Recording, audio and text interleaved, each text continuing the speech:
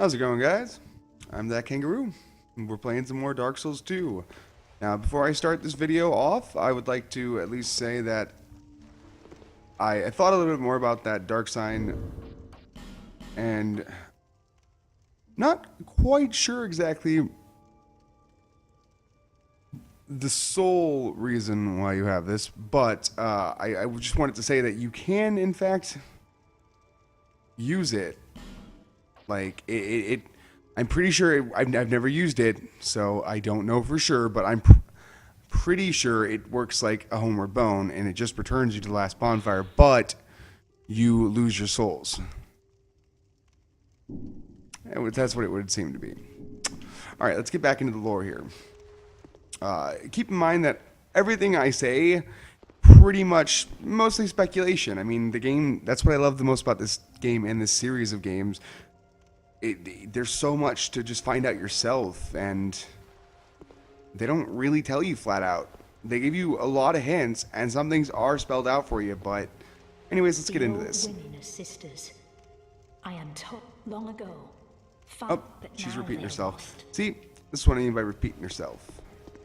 But we're going to two-hand my weapon, which, by the way, light attack, heavy attack. The heavy attack uses more stamina, does more damage, and has a little bit more of a sweep to it, which I kind of like. But we're going to two-hand it by pressing Y or triangle, depending on Xbox or PS3. And that will give me a little bit more damage. And in a lot of cases, too, if you dual wield it... Oh, yeah, we're coming back up to this item, by the way, because this guy's got that ring that I really want, and I'll show you the easiest way to kill this guy. But yeah, let's get quick. Items have a requirement, a stat requirement. This is strength, dex, intelligence, and faith, and they get scaling depending on what you have in, like, what your stats are at. So, for my strength and my dex, I need at least 11 strength and 6 dex. I'm lucky enough to have 11 strength and I think 8 dex, so I can wield this. But say if this was 14 strength and I only had 11, I could two-hand my weapon and then I can still effectively use it and do the full amount of damage. Otherwise, if you can't effectively wield a weapon, it'll say you can't, it'll have a little X next to it, and you'll see a negative however much damage next to it, meaning that you're not using it to its full potential. Now, this ring up here is so useful because, as you can see, my broadsword does 120 damage plus 20 poise damage. I guess not plus 20 poise damage, but it does 20 points of poise damage when I hit with it. See, the scaling here for my strength and my dex, it's got a C and a D for strength and dex. And that means that this stat over here, turn that off, I get a plus 37, so it's really doing 157 damage because of my strength and my dex. The higher that is, the higher this will be. You can also upgrade weapons later, but we'll talk about that when it comes to it.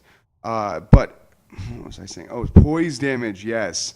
20 points of poise damage per hit from this sword. That means that when I attack someone, I can have a chance to stagger them or interrupt their attack if I can get enough poise damage off.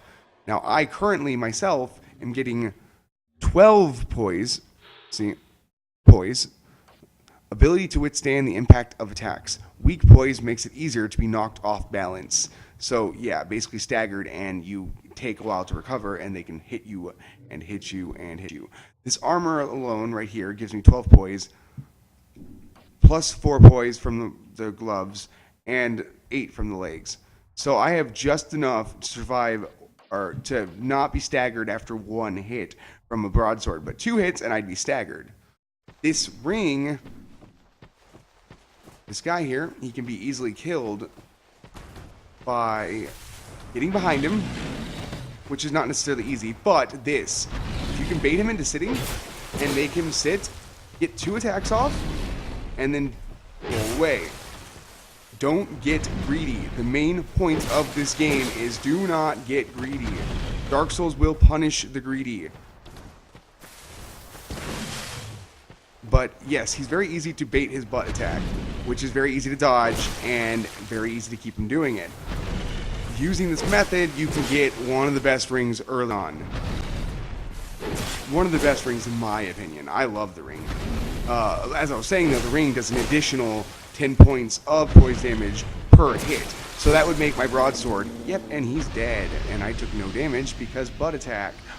But yeah, it adds an extra 10 points, meaning my broadsword wearing this ring will then do 30 points of poise damage per hit instead of 20. That's really useful. I also say this is one of the most useful things early on because look, I've got no other rings. So getting a ring that early, especially that good, I tend to use this ring for a while and it helps a lot. This is the item I said don't die over. Gold pine resin. It can be useful. I mean, it's a rare pine resin with a golden glint. Applies lightning to right-hand weapon.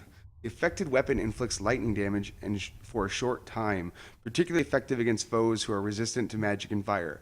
So yeah, you will encounter enemies in this game that are weak to lightning, and I'm pretty sure it's more common than the other ones, but I mean, I don't know. I just seem to encounter more enemies that seem to be weak to lightning, and using that will make the weapon in this hand, my right hand, it will apply lightning damage to it for a short period of time. I don't think you can ever add it to your left hand.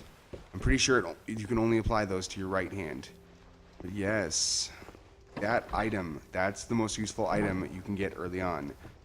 We come out here to the first bonfire. Light that bonfire. I'll talk more about bonfires when we get to Majula, but go ahead and rest at this one.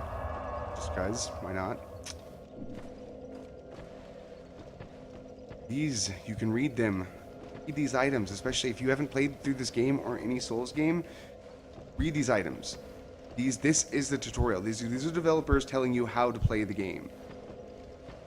See, bonfires are places of respite. You may also light torches on them. Bonfires will heal you and stuff, basically. Light a torch. You can run up to the... I'll show you when I have a torch. The problem with these is you can break them, and when you break them, they can't read them. But you can touch the bonfire, and it does restore them. So, if you happen to break these, which, again, your first time playing through, don't break them. I recommend reading all of them, because it'll tell you all the attacks and all the moves and everything. And you can't read them if you break them. So I just picked up a Soul of a Lost Undead and a torch. The torches are a little confusing. It took me a little bit to realize what they were, because they're not an item. They're basically to the right of my legs there. It says 5 minutes next to what looks like an arrow, but really that's supposed to be a torch. And that 5 minutes means actually 5 minutes of real-world time that I can have my torch lit before the torch runs out. And when you collect other torches, you can't read the item description, you can't even really look at the torch, but that time will go up for however many torches you collect. I've had over 2 hours torch time before. Just you collect them. In order to use that, walk over to the bonfire, and now you have the option to toggle pressing your Y or triangle button, and it gives you the option to light the torch. Now, torches are kind of cool because, as you can see, it brightened up the environment. They don't really do much else, but they do add a sense of like light, and in dark places they make paths that look hidden underwater, or certain things become a lot more noticeable, and it does make certain areas easier. You can light these sconces all throughout the area and most areas, and it'll keep them lit and keep the fire lit, and it'll light up the area. That'll stay lit, and now instead of going back to the bonfire, I can light my torch off of this, and you can just keep kind of continuing them. They don't do anything else except for add light to the environment, but I think that's kind of cool. I like that. And one other thing. Soul of a Lost Undead. Soul of a Lost Undead who has long ago gone hollow. Used to acquire souls. The soul is the source of all life, and even in undeath or hollowing, the mind seeks souls. So yeah, these As you can see down here, I have 1,000 souls just on me right now. If I died, I'd lose those souls, and I'd lose my humanity, go hollow, and I'd have to come back and grab those souls again. But this I don't lose when I die. This stays in my inventory until I'm ready to use it. These only give you 200 souls apiece, but there's all the way up to 20,000 souls. I think is the highest for the Great Hero Soul. But these I can hold on to. If I use it, it'll appear down here in my soul inventory or my soul cache, and if I die, then I can in fact lose that. But I can't lose it until I use it. Can't lose it till you use it. Again, read these. See, RB, that's attack. That's your standard attack. Read these items. They tell you how to do everything. You can also break them, and don't break them because you can't read them. Lock on. Press right stick, lock on. You can change your target by shifting with right stick to the other target, but there is no other guy right here. And then, see, you can run by holding down B. That was almost a total miss.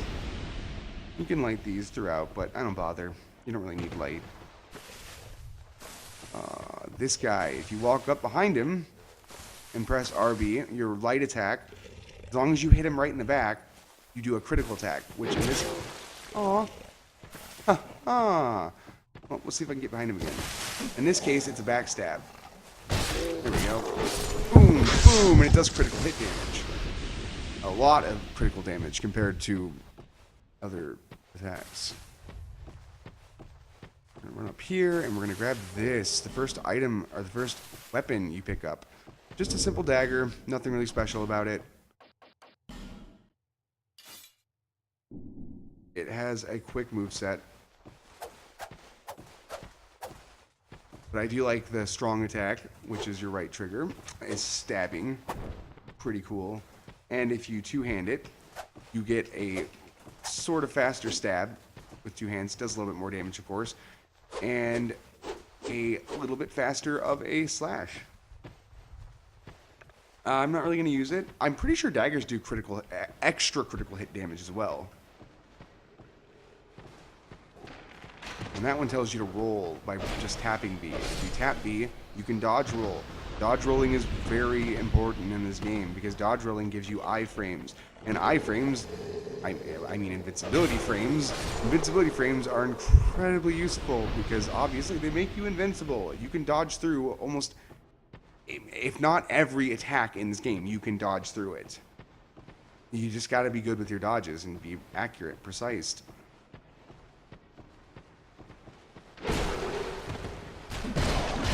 Oh, you got hits on me. Boom, and dodge the arrow. And a jumping attack, and he shot me. But yes, jumping attacks.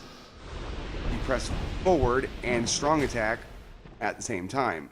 Forward and your strong attack at the same time. And you'll do a jumping attack, which does a lot more damage than a regular attack, or even a regular strong attack.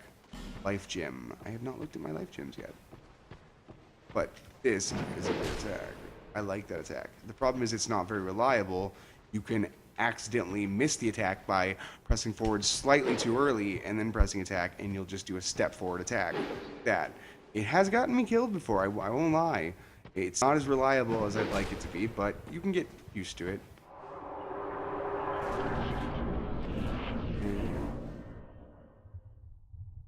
Hold on one second. There we go. So these are the crows I was talking about. First, though, let's look at this. These are healing items.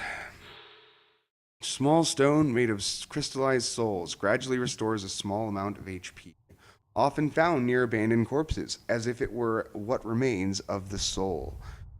These are very useful. You find higher tiers of them which restore more health as you go, but I pretty much use life gems throughout the game because you can buy them so easily and cheaply. And I'll show you right now. You use it by pressing your action button or your use item button. For me, it's X on Xbox or Xbox controller on PC.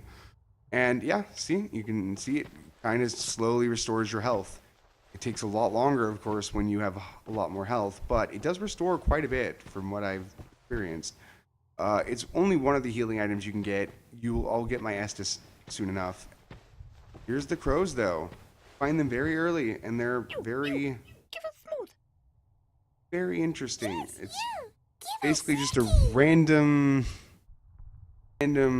item drop. I mean, they different tiers, of course. Like if I drop this, which I was talking about, the small, smooth, and silky stone, because obviously it's smooth and silky, and that's what they love. Don't use it. Using it will heal you, and use the item. Just leave it. Leave it on the ground inside their nest. Leave it on the ground right here. See? It's just on the ground. And then when you back out, they'll confirm or deny whether they want it or not. In this case, they like it. So now they'll trade me a random lower tiered item for it, which in this case was a human effigy. I'll take that. I like that. But I mean, I could have gotten an infusion stone for weapons, which you can't use till much later, or even a life gem. I mean, it's just kind of a random lower tiered item. Now, if you drop something they don't like say this human effigy. Not like that. They'll tell you they don't like it. Not at all. So, yeah. I mean, no loss. You can still pick it up. But they don't want that crap. Now, the best part is if you start with a petrified something, this will give you a random weapon that's pretty good. Come on, Chandler's Trident. I really want the Chandler's Trident because I would love to dance for you guys. White ring. Oh, now that's an interesting ring. You, give it smooth. Okay. Yes, you. Pick this down. It basically just makes a shortcut back to the crows because you will come back, I assure you. But don't go down the ladder because coming over here and dropping off this little ledge right here will give you an item. Whoa, a soul of a nameless soldier. Basically the same as the souls of lost undead.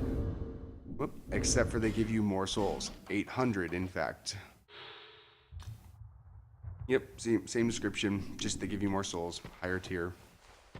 The white ring, though. We're going to put it on just because I have no other rings. And why the fuck not? It's a very interesting ring, though. A precious ring which grants the protection of Kella, god of dreams. Quella. Makes its wearers appear as a phantom, misleading invaders. He who sets the trap must be wary, for traps are known to spring upon their owners. So, yeah, it does exactly what it says. It makes you appear as a white phantom, no matter what happens. So if you check that out.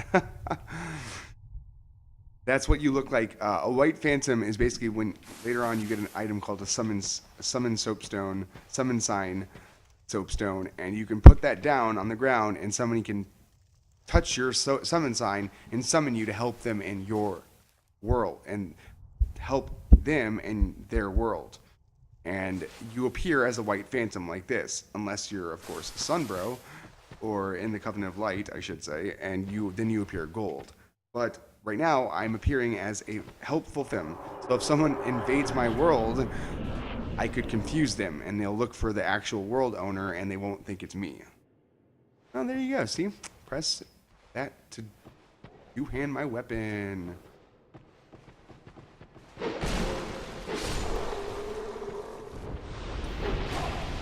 Now, I should say with weapons, there are also running attacks too. There's a sprint attack that you can do, and every weapon has a different attack for that. And there is a attack and then a roll or attack after a roll. So there's a rolling attack as well, which does that, as opposed to this,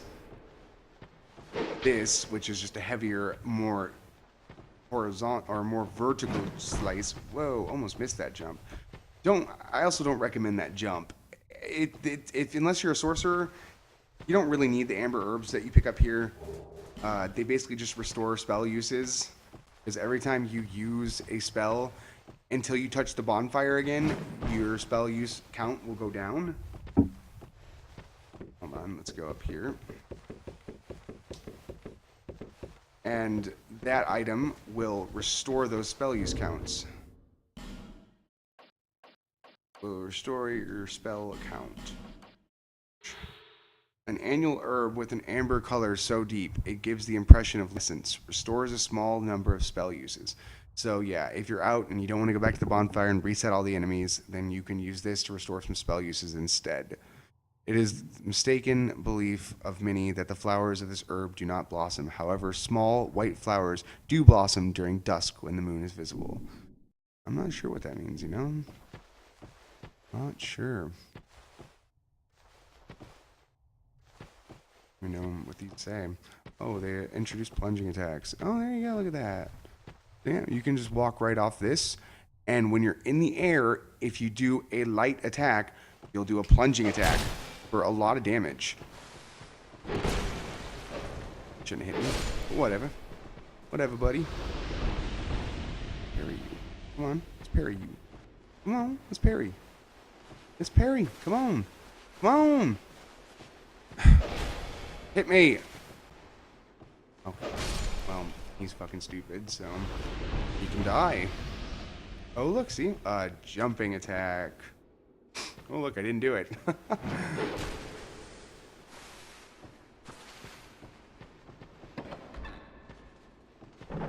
Come in here. Grab this item. Cracked red eye orb.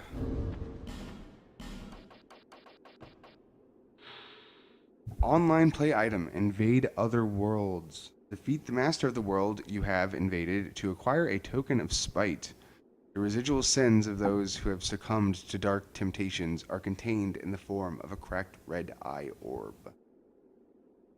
So yeah, this lets you invade other people's worlds and attack them and steal their souls. I'm not going to be using it because this is not what this playthrough is about. Though maybe later on I might. I'm not going to rule it out entirely. Just not right now. Going through here, it doesn't really do anything except for give you a little foresight of the next area, which might as well just run into.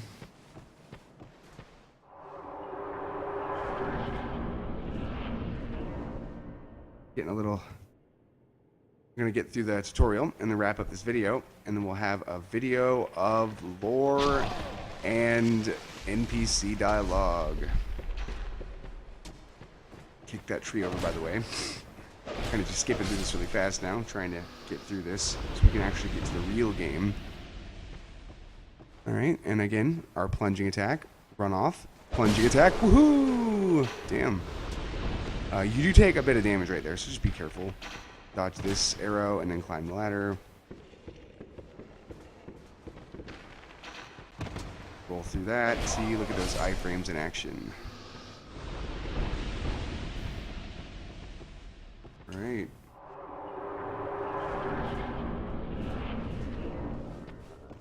There is... He's just staring at the wall. I don't really know what he was doing there. Now, this is an interesting little area. Just don't bother going down here. There's another ogre on the side here. It's hiding out for you. And there's these two guys. They're just standing there. They're guarding a coffin right down there. But that coffin is misleading. It apparently changes your gender. It is a gender-bending coffin. The fact that they added that is weird in itself, but okay. If you are curious as to why you started as a man and you now have boobs, it's because you went into that coffin. And go back and change your gender. And unlock this little shortcut in case you want to change your gender on the fly. And now we can actually move out into Majula and start the game. Woohoo! Excited.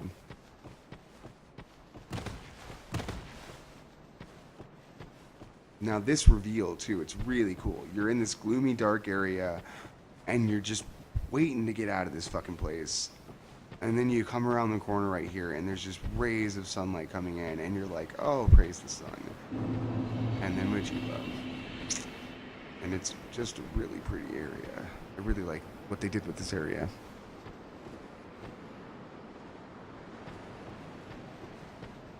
So much to see. But before you get too distracted, right here to the right, see, there's that little ledge down there. Drop off. Be careful dropping off. You don't want to walk too fast. If you drop off there, and then you drop off here, you can get the Cleric's Chime. Sacred Chime of the Clerics. And a Morning Star, which is an interesting weapon. I've never used it, actually, but I'll show it off once we get over to the... Actually, let's read the description really quick. This is basically just a catalyst for casting sorceries. I guess, oh, sorry, miracles is what I meant to say. And I guess hexes too, yeah. Most clerics receive this as their first sacred chime, a catalyst for miracles and hexes. Use miracles, equip a sacred chime, and attune a miracle at a bonfire. The strength of most miracles is affected by the caster's faith. So that is a good description because it basically tells you exactly what it does and how to use it. That's kind of cool. I don't even need to explain more on that. But this weapon...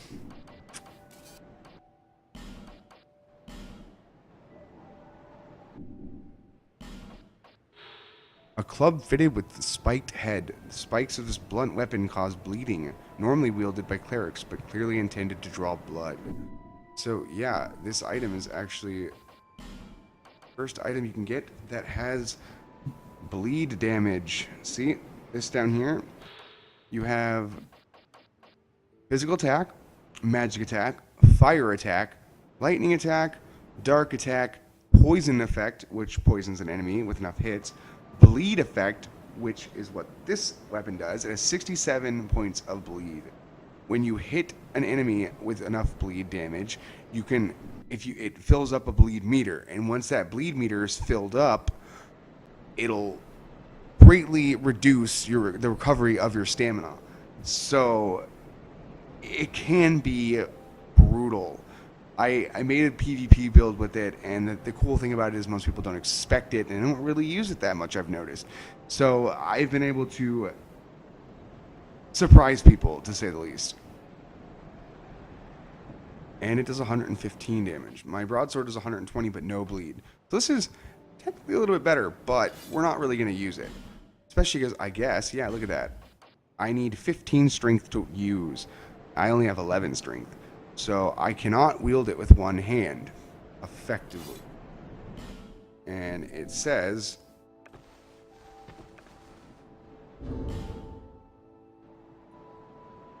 Negative 34. Minus 34 damage, minus 14 bleed damage. That's because I'm not wielding it effectively. But, see, look at the little X right there. So X in the corner. If I two-hand it, the X goes away, and now does plus 29 damage and plus 27 bleed damage because I'm wielding it effectively. You have to have 150, no, I think it's 75% requirement to be able to wield it. So I have to have 75% of the strength required to use this item in order to two-hand the item. But Dex, if I don't meet the dexterity requirement, you have to have the full amount of Dex. You can only meet the 75% strength requirement, not Dex, to be able to use it effectively. I'll show you the moveset when I get out of this platform. Binoculars, though, another really useful item. At least I think they're useful, and especially for a sorcerer or just caster build in general. Run over here, because the binoculars allow you to look through at things off in the distance. And the cool thing is, wherever the middle of the screen is where your sorcery or miracle will hit, or hex, what have you. So I could aim my hexes and miracles and sorceries now, using this, which you get used to it, and it's pretty useful. You hold it in this hand, and while you're using this, you just attack. See? You can hear me attacking with my sword. But if you have a sorcery, it'll cast it, and it'll hit right in the middle of the screen. That's a cool item. Alright, we're going to show off this move set, and then we're going to wrap up this video. So, it's got a weird kind of like swoop sweep, like more vertical than horizontal. That's the attack. The heavy attack has a giant horizontal sweep and a giant vertical sweep. And the jumping attack is the same as the sword. Whoops.